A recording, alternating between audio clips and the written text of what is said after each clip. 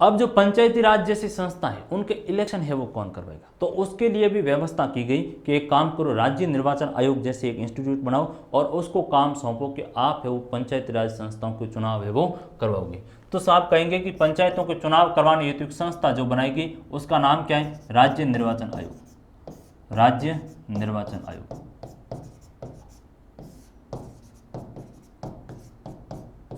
राज्य निर्वाचन आयोग। राज्य निर्वाचन आयोग ये संस्था है वो राज्य में पंचायती राज के चुनाव करवाने हेतु उत्तरदायी। पंचायती राज और दोनों ही बातें लिख लेता हूं, पंचायती राज और स्थानीय शासन, स्थानीय नगरीय शासन, स्थानीय नगरीय शासन के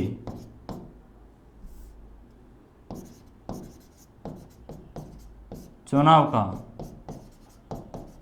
काम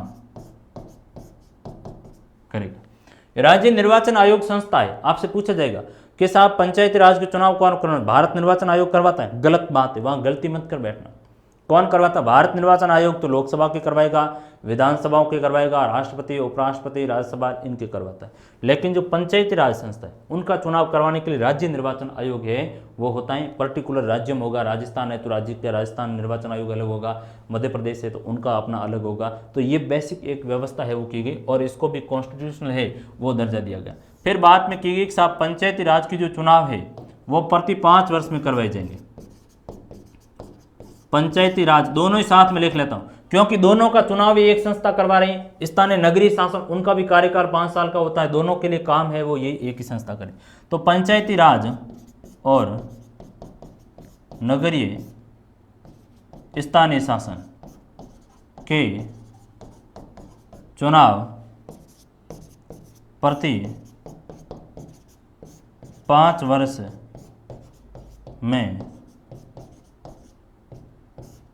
नियत तारीख को करवाए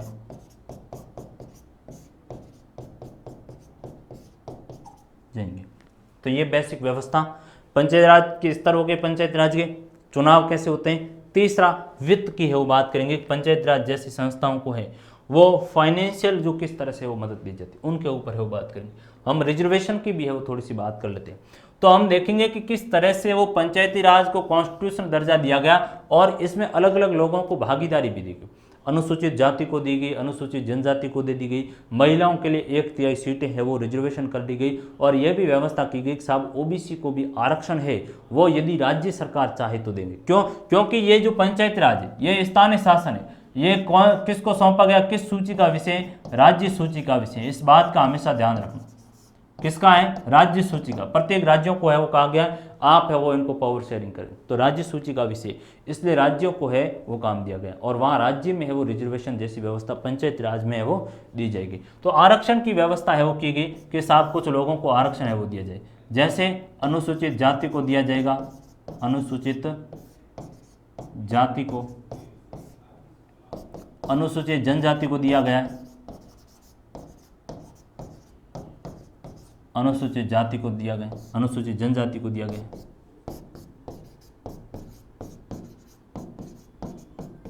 महिलाओं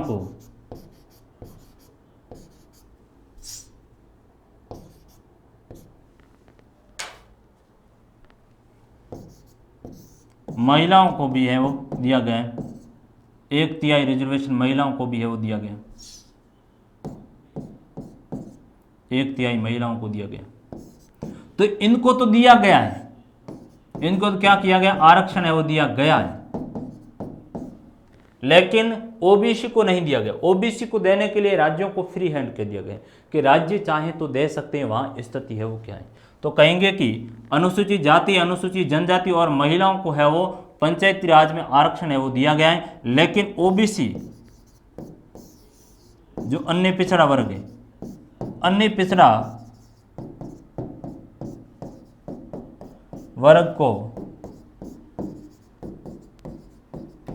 आरक्षण दिया जा सकता है। ठीक है, तो SC ST को रिजर्वेशन है वो दे दिया गया, महिलाओं को दिया गया, SC को ST को महिला इनको है वो दिया गया। आज बहुत से पंचायत राज निकायों की जो पंच सरपंच प्रधान महिलाएं हैं वो ज़्यादातर। तो ये एक बात की गई कि साहब महिलाओं को आप ज़्यादा हक दो और लोकल बॉडीज़ की संस्थाओं में दो, क्योंकि पार्लियामेंट में तो आपने हक नहीं दिया। आज भी स्थिति बड़ी गंभीर है कि हम देखते हैं कि लोकसभा में है वो 11% महिलाओं की भागीदारी है भी नहीं। राज्यों की विधानसभाओं का यदि औसत देखा जाए तो 4% तक मुश्किल से, ये एक बड़ी गंभीर हमारी स्थिति है। तो महसूस किया गया कि कम से कम इन संस्थाओं में तो आप महिलाओं को रिजर्वेशन दो, तो ये अच्छी स्थिति 1/3 के आसपास दिया गया। अब मांग उठी जा रही है कि साहब 1/3 से महिलाओं को रिजर्वेशन आप बढ़ाकर 50% है वो करो स्थानीय जो निकाय में। ये भी एक अच्छी पहल है, शायद हमें शासन में है वो करनी चाहिए। तो हमने स्तर की बात कर ली, इलेक्शन की बात की, रिजर्वेशन की है वो बात कर ली स्थानीय निकायों में। विषयों का स्थानांतरण है वो किस तरह से होगा, वो आर्टिकल 243G में है वो एक बात की गई है कि साहब आप देखेंगे कि पंचायत राज जैसी संस्थाओं को जो विषय ट्रांसफर किए जाएंगे वो विषय अनुच्छेद 243G में पंचायत की शक्ति, पंचायत को जो प्राधिकार अथॉरिटी और जो उत्तरदायित्व किसी प्रदेश की विधायी का कानून बनाकर है वो देगी। बड़ी बात है, यानी राज्य की जो विधानसभा है वो बनाकर देगी और 11वीं अनुसूची में दर्ज मामलों में पंचायतों को ऐसी शक्ति और प्राधिकार है वो प्रदान कर सकती हैं। तो ये राज्य की विधायिका के ऊपर है वो छोड़ दिया गया है कि राज्य की विधायिका है वो कानून बना करके है वो काम करेगी और पंचायतों को शक्ति प्रदान कर सकती हैं। किसमें, 11वीं अनुसूची में है वो शक्ति में बढ़ोतरी घटोतरी का काम है वो किया जाएगा। आर्टिकल 200 है वो 43G में आपकी बात की गई। तो आर्टिकल 243G क्या कह रहा है कि विधानसभा कानून बनाकर है वो देगी, केंद्र सरकार का मसला है वो इसमें नहीं रहता। तो राज्यों की विधानसभाओं को ये पावर है, राज्य विधानसभा। जैसे बात आ जाओ कि राजस्थान में महिलाओं को 50% है वो रिजर्वेशन देना आपको, तो ये काम करेगी, ये राजस्थान की विधानसभा काम करेगी। कौन करेगी, राजस्थान की विधानसभा है वो काम कर सकती है। तो ये एक तरीका है वो दिया गया है। तो इससे आप समझ गए पंचायती राज कौन सी सूची का विषय, राज्य सूची का। इसमें तकरीबन बताया गया है 29 विषयों के ऊपर है वो पंचायती राज को काम दिया गया है। 29 विषय हैं वो पंचायती राज को ट्रांसफर किए गए कि आप इनके ऊपर है वो काम करोगे। तो ये पंचायती राज के, यहाँ पर आप देख रहे हैं कि 11वीं अनुसूची में दर्ज कुछ विषय हैं और इसमें 29 विषयों की है वो बात की गई। कितने हैं, 29 विषय। तो 11वीं अनुसूची में दर्ज कुछ विषय हैं जिसमें कृषि है, आप देख रहे हैं एग्रीकल्चर की है वो बात की गई है, इसमें एग्रीकल्चर है, इसमें लघु सिंचाई है, जल प्रबंधन की है वो बात इसमें की गई है।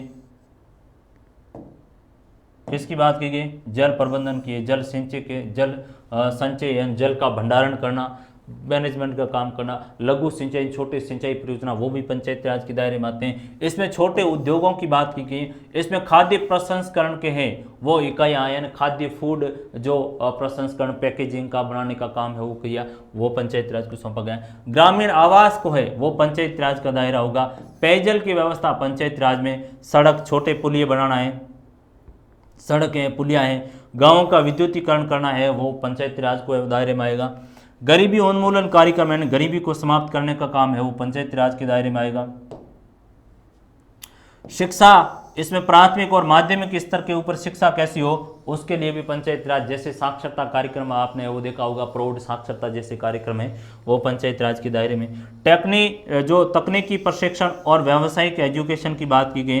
वैश्विक और अनौपचारिक जो प्रौढ़ शिक्षा पुस्तकालय हैं वो पंचायती राज के, हम देखते हैं कि अलग अलग पुस्तकालय बनने का है वो काम हो रहा है, वो भी पंचायती राज के दायरे में।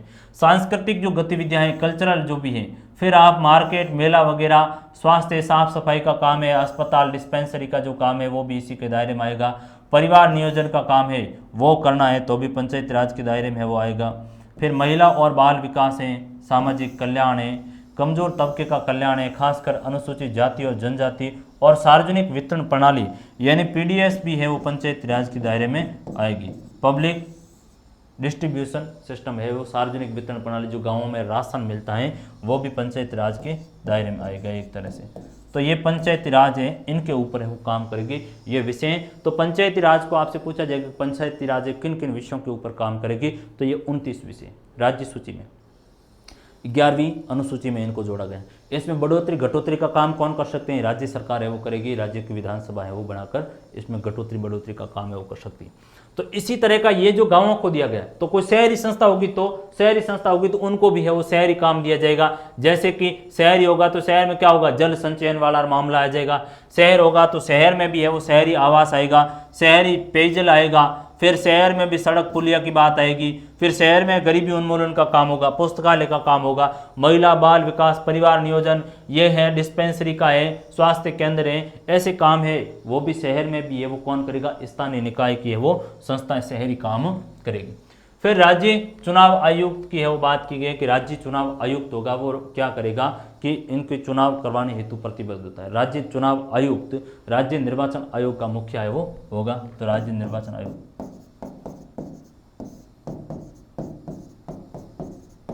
राज्य निर्वाचन आयोग, राज्य निर्वाचन आयोग का अध्यक्ष होगा।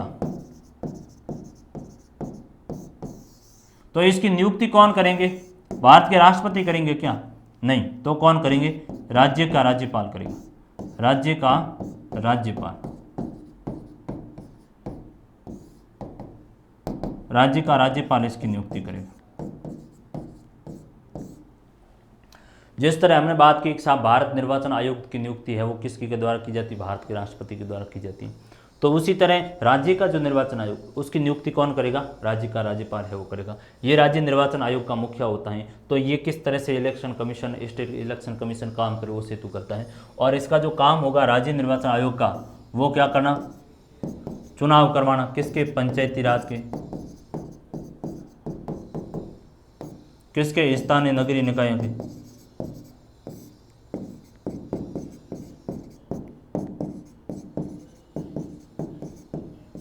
स्थानीय नगरीय निकायों के वो काम होगा। तो ये basic election commission, state election commission. एक राज्य वित्त आयोग है, स्टेट फाइनेंशियल कमीशन की बात की गई। स्टेट फाइनेंशियल कमीशन है, इसका काम होगा कि जो पंचायती राज है और दूसरी कौन सी संस्था है आपकी? नगरीय, पंचायती राज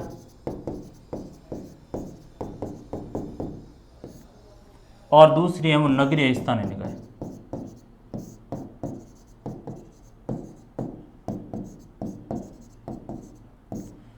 स्थानीय पंचायती राज और नगरीय स्थानीय निकायों को है वो वित्त पोषण का काम करेगा। क्या करेगी? वित्त पोषण का काम। वित्त का मतलब क्या हुआ? वित्त का मतलब पैसों की बात हो रही। वित्त का मतलब क्या हुआ? या धन की बात हो रही, धन संपदा, पैसों की वो बात करी। तो स्थानीय निकायों को जो पैसे है वो कौन तय करेगा? ये राज्य वित्त आयोग है वो बनाया जाएगा। राज्य वित्त आयोग का गठन कौन करेगा? ये राज्य का राज्यपाल करेगा, राज्य का राज्यपाल। आपका सवाल है कि जो राज्य वित्त आयोग है उसका गठन कौन करेगा? राज्य का राज्यपाल। राजस्थान है तो राजस्थान का राज्यपाल है वो करेगा। ठीक है। कितने समय अवधि में? प्रति 5 वर्ष में, प्रति 5 वर्ष।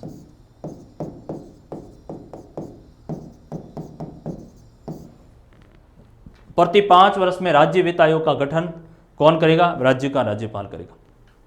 क्या काम है? स्थानीय निकायों को क्या करना? स्थानीय निकायों को फंडिंग का काम करना। स्थानीय निकायों को है वो किस तरह से फंडिंग दे, किस तरह से फंडिंग दे उस हेतु ये काम करेगा। कौन से स्थानीय निकाय? निकाय साहब पंचायती राज की बात करेंगे और दूसरे निकायों में है वो नगरीय स्थानीय निकाय की बात करेंगे कि साहब इनको पैसे है वो कैसे दिए जाए। तो उस हेतु है वो राज्य वित्त आयोग का गठन है वो किया जाएगा। और राज्य वित्त आयोग का गठन राज्य का है वो राज्यपाल करेगा। कितनी समय अवधि में? प्रति 5 वर्ष की समय अवधि में ये काम है वो हमारे राज्य वित्त आयोग का है वो काम होगा। कहाँ से पैसे दिए जाएँ, किस तरह से वो दिए जाएँ, कितनी मात्रा में किन किन को दिया जाए उस हेतु ये अध्ययन करेगा। और पैसे वित्त फंडिंग का काम है वो करेगा कि इनको फंडिंग है वो कैसे की जाए। क्योंकि आप देखते हो कि पंचायती राज जैसी संस्थाएं, ये नगरीय संस्थाएं, ये ज़्यादातर पैसे के लिए किसके ऊपर टिकी हुई है? ये पैसे के लिए है वो सरकार, राज्य सरकार के ऊपर टिकी हुई है या फिर केंद्र सरकार। या तो भारत सरकार फंडिंग करेगी और या फिर राज्य की कोई सरकार करेगी, राज्य सरकार। तो वहाँ बेसिक पैसा इनसे ही मिलता है। इनकी कोई योजना है, कोई स्कीम है, उन्हीं से ही उनको पैसा मिलता है।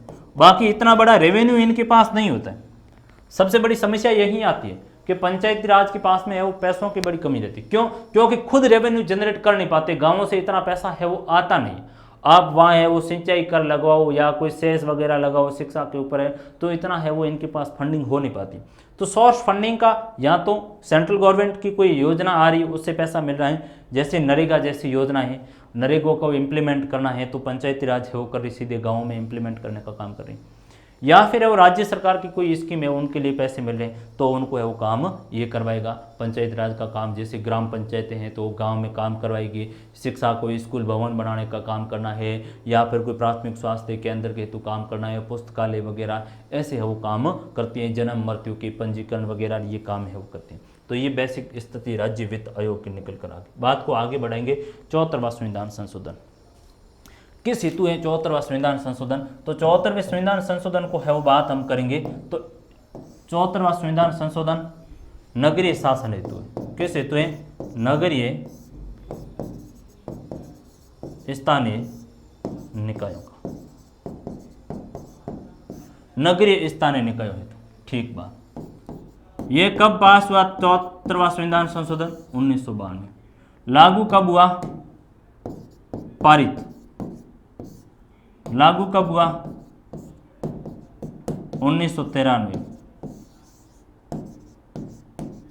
के जून माह में। ठीक बात है।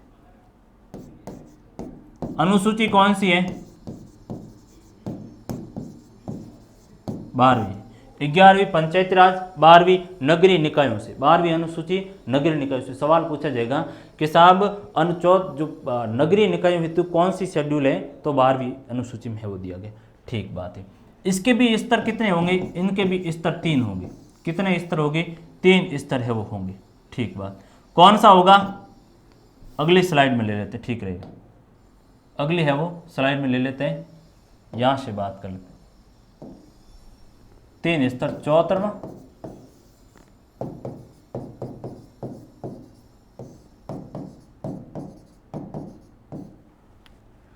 74वां। पहला आता है महानगर, बड़ा है नगर है, तो वहां पर है वो कौन सी संस्था होगी? स्थानीय नगर निकाय, नगर निगम होगी। कौन होगी? नगर निगम। और नगर निगम होगी तो नगर निगम का मुखिया कौन होता है? महापौर होता है। कौन होता है? महापौर होता है।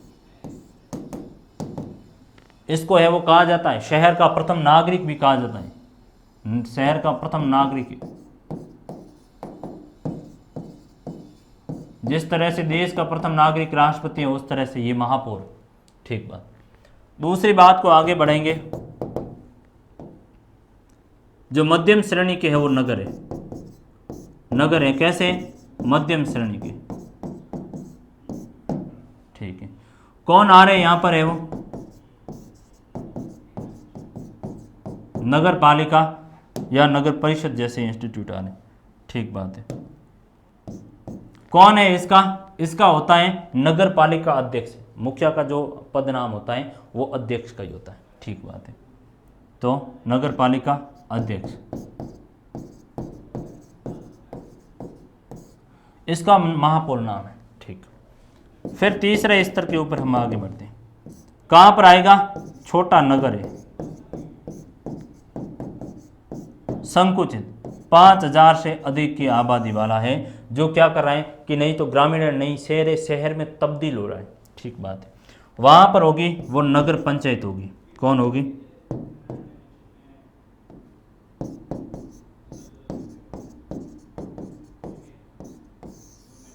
और इसका भी कौन होगा? अध्यक्ष होगा। कार्यकाल कितना होगा इनका? 5 वर्ष होगा। नियत तारीख से कौन करेगी? जनता है वो करेगी। डायरेक्ट रूप से जनता इनको इलेक्टेड है वो करने का काम करेगी। ठीक। ये जो हो गए इनके पूरे नगर है, जैसे एक नगर है तो उस नगर को अलग अलग वार्ड में विभाजित किया जाएगा। किस में विभाजित किया जाएगा? वार्ड।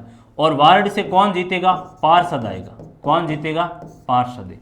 जबकि जो पंचायती राज में उसमें जो वार्ड होता है वहां का वार्ड पंच होता है। जैसे ये पंचायती राज है और ये है शहरी निकाय,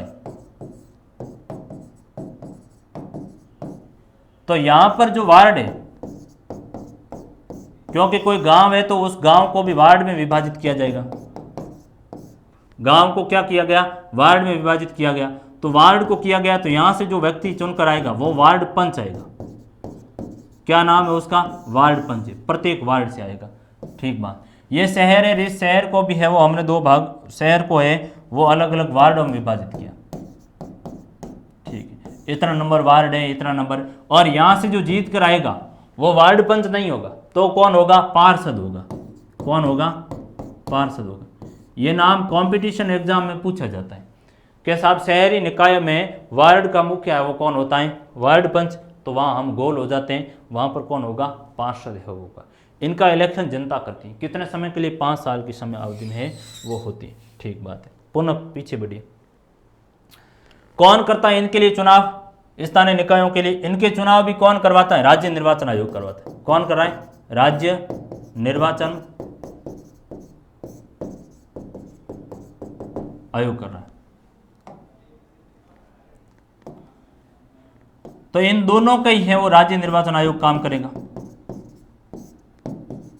पंचायती राज है तो भी राज्य निर्वाचन आयोग, फाइनेंशियल भी है वो राज्य वित्त आयोग, फाइनेंशियल का भी करेगा राज्य वित्त आयोग।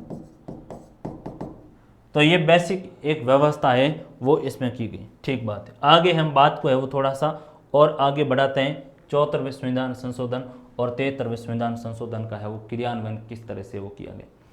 73वें और 74वें संविधान संशोधन की यदि बात की जाए तो 93 में है वो जो ही लागू हुआ, उसके बाद के दौर से लेकर के अब है वो 4-4 बार 5-5 बार है वो राज्यों में इसके इलेक्शन है वो करवाएगी। और अब है वो अच्छे तरह से ये काम है वो काम कर रही है। आप इसकी यदि बात देखोगे अलग अलग जगह से है वो अच्छी स्थिति यहाँ निकल कर आई।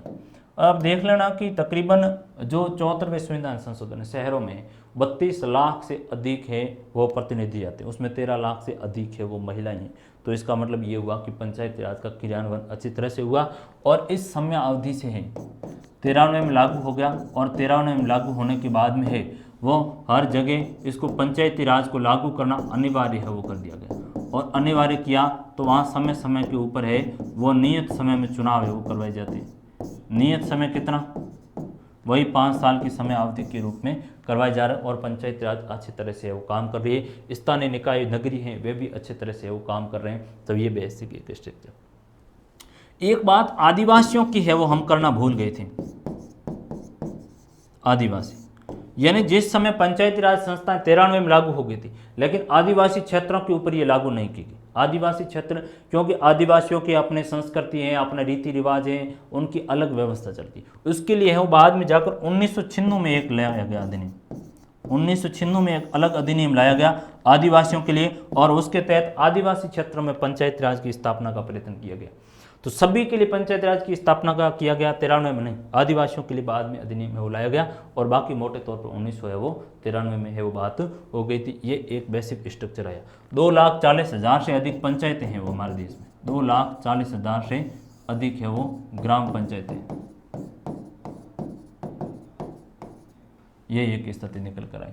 उसमें देखोगे कि आप तकरीबन 6,000 के आसपास है, 6,000 के आसपास है वो पंचायत समितियां कार्यरत।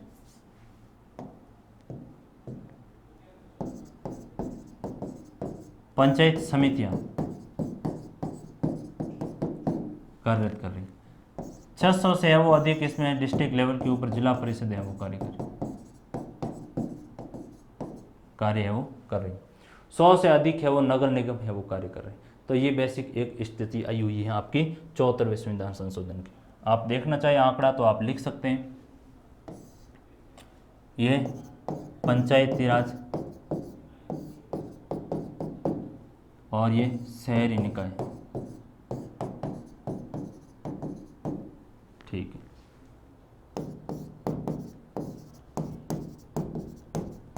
ग्राम पंचायतें कितनी है, 2,40,000 से अधिक है। पंचायत समितियां,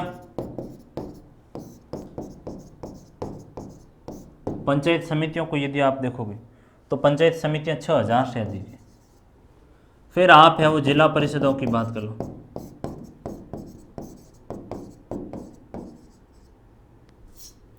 600 के आसपास है। यह आंकड़ा पूछा जाएगा, थोड़ा ध्यान रखना, फैक्ट दिया हुआ है हमारी पुस्तक में, आप लोग इस बात को है वो विशेष ध्यान रखना। शहरी निकायों में नगर निगम की बात कर लेते हैं। नगर निगम की संख्या 100 से अधिक है, ठीक बात है। फिर नगर पालिकाओं की संख्या को देख लीजिए आप, नगर पालिका, नगर पालिकाओं की संख्या तकरीबन 1600 के आसपास है। नगर पंचायतें तकरीबन 2000 से अधिक है, यह एक स्थिति है। नगरीय शहरी निकायों में है वो तकरीबन 32 लाख प्रतिनिधि है, 32 लाख उम्मीदवार प्रतिनिधि चुनकर आते हैं। इसमें 13 लाख के आसपास महिलाएं हैं। ये एक कुछ फैक्चुअल बातें हैं वो दी गई, जो इस तरह से है वो 73वां और 74वां कॉन्स्टिट्यूशन अमेंडमेंट एक तरह से क्रियान्वित हुआ। तो ये मोटा एक माजरा हमारा निकल कर आ गया, बात को आगे बढ़ेंगे। लोकतांत्रिक विकेंद्रीकरण की जो बात की गई है, एक लक्षणीय जो लातिन अमेरिका के एक बोलीविया देश की बात की गई कि वहाँ पर 1994 में पॉपुलर पार्टिसिपेशन लॉ, जन भागीदारी कानून है वो लाया गया, और उसमें स्थानीय जो भागीदारी है उसको है वो बढ़ावा दिया गया, और ज़्यादा से ज़्यादा लोकल बॉडीज को है वो पावर दिए गए, लोगों को, स्थानीय लोगों को ज़्यादा भागीदारी देने का काम किया गया। तो उसमें एक अच्छी व्यवस्था है कि साहब ज़्यादा लोग हैं वो वहाँ के लोगों को आप है वो भागीदारी दो, तो ये एक तरीका है। बात इसकी है वो हम सारांश के ऊपर ही बढ़ जाते हैं, किस तरह से है वो सारांश इसका आया हुआ कि साहब पंचायती राज ने किस तरह से वो काम किया। तो इस अनुभव से ये संकेत मिलते हैं कि स्थानीय शासन के निकाय एक एजेंसी की भूमिका निभाते हुए केंद्र और राज्य सरकार के विकास कार्यक्रमों को लागू करना जारी रखेंगे। स्थानीय शासन को ज़्यादा शक्ति देने का मतलब है कि हम सत्ता के वास्तविक विकेंद्रीकरण के लिए है वो तैयार है। आखिरकार लोकतंत्र का मतलब भी यही होता है कि सत्ता में जन भागीदारी होना, और गांव और शहर के लोगों को ये फैसला लेने का अधिकार होना चाहिए कि किस नीति और कार्यक्रम को है वो अपनाना चाहिए और किस कार्यक्रम और नीति को नहीं अपनाना चाहिए। तो ये भी वहाँ के लोगों को देना चाहिए। शासन के संबंध में जो कानून बने हैं वे लोकतंत्रीकरण की दिशा में महत्वपूर्ण कदम माने जाएंगे, और लोकतंत्र की असली परीक्षा कानूनी प्रावधानों में नहीं है बल्कि उन प्रावधानों को असली जामा पहनाने में है, वो डेमोक्रेसी की परीक्षा होती है। कही गई है कि साहब स्थानीय शासन है वो एक तरह से काम कर रहे हैं केंद्र और राज्य सरकार, केंद्र सरकार और राज्य सरकार के अलग अलग योजनाएं, उन योजनाओं को लागू करने के लिए एक एजेंसी के रूप में वो काम कर रही है, और वास्तव में वो एजेंसी से भी बढ़कर है कि वहाँ के लोगों को डायरेक्ट रूप से उसमें इंक्लूड कर रहे हैं, डायरेक्ट रूप से उसमें पार्टिसिपेट हो रहे हैं वहाँ के लोग। तो वहाँ के लोग अपनी समस्या को अच्छे तरह से वो निराकरण का काम करेंगे। इस हेतु पंचायती राज एक अच्छी व्यवस्था के रूप में आया है, और वास्तव में लोग अपनी क्या समस्या है उन समस्याओं का समाधान वहाँ के लोग अच्छे तरह से जानते हैं। इस मायने में पंचायती राज शासन के तीसरे स्तर के रूप में है वो अभूतपूर्व है, वो एक तरह से अभूतपूर्व लोकतांत्रिक विकेंद्रीकरण की स्थापना का काम पंचायती राज के द्वारा किया गया। तो ये हमारी पंचायती राज स्थानीय सरकार की है बात हुई। क्या समझे आप समझे स्थानीय सरकार का वह स्तर जिसमें लोग डायरेक्ट रूप से भाग लेते हैं, कहाँ पर, गांव में या शहरी निकाय में, कितने 3 स्तर में बंटा हुआ है, उसको दर्जा संवैधानिक रूप से दिया, कब 92 में है वो दिया गया, कब 93 में लागू किया गया, उसके बाद में उसके बाद में है वो 3-3 4-4 बार है वो करवाए गए चुनाव है, प्रति 5 वर्ष की समय अवधि में करवाए जाते हैं। तो 20-21 साल ये हो गए, और पिछले भी आप देखोगे 5-7 साल वो है, तो 5-5 बार 5-5 बार है वो इलेक्शन करवाए गए। आदिवासियों के लिए बाद में है वो चीज़ों को जोड़ी गई, और उनके अलग अलग विषयों का भी काम का बंटवारा किया गया है, राज्य सूची का एक तरह से ये विषय है। तो ये हमारी एक महत्वपूर्ण जो चैप्टर था, आगे हर कंपटीशन प्रतियोगी परीक्षा में इससे सवाल है वो पूछे जाते हैं। अलग अलग कमेटियों की बात की गई, बलवंत राय मेहता 3 स्तर की बात कर रहे हैं, फिर है वो अशोक मेहता ने 2 स्तर की बात की कि ML सिंघवी समिति है बैठाएगी, PK थुंगन समिति है वो बैठाएगी, अलग अलग कमेटियों ने है वो रिकमेंडेशन का काम किया। तो ये एक मोटे तौर पर है वो हमारी क्लास यहीं पर है वो संपन्न हुई। बहुत बहुत धन्यवाद, थैंक यू वेरी मच।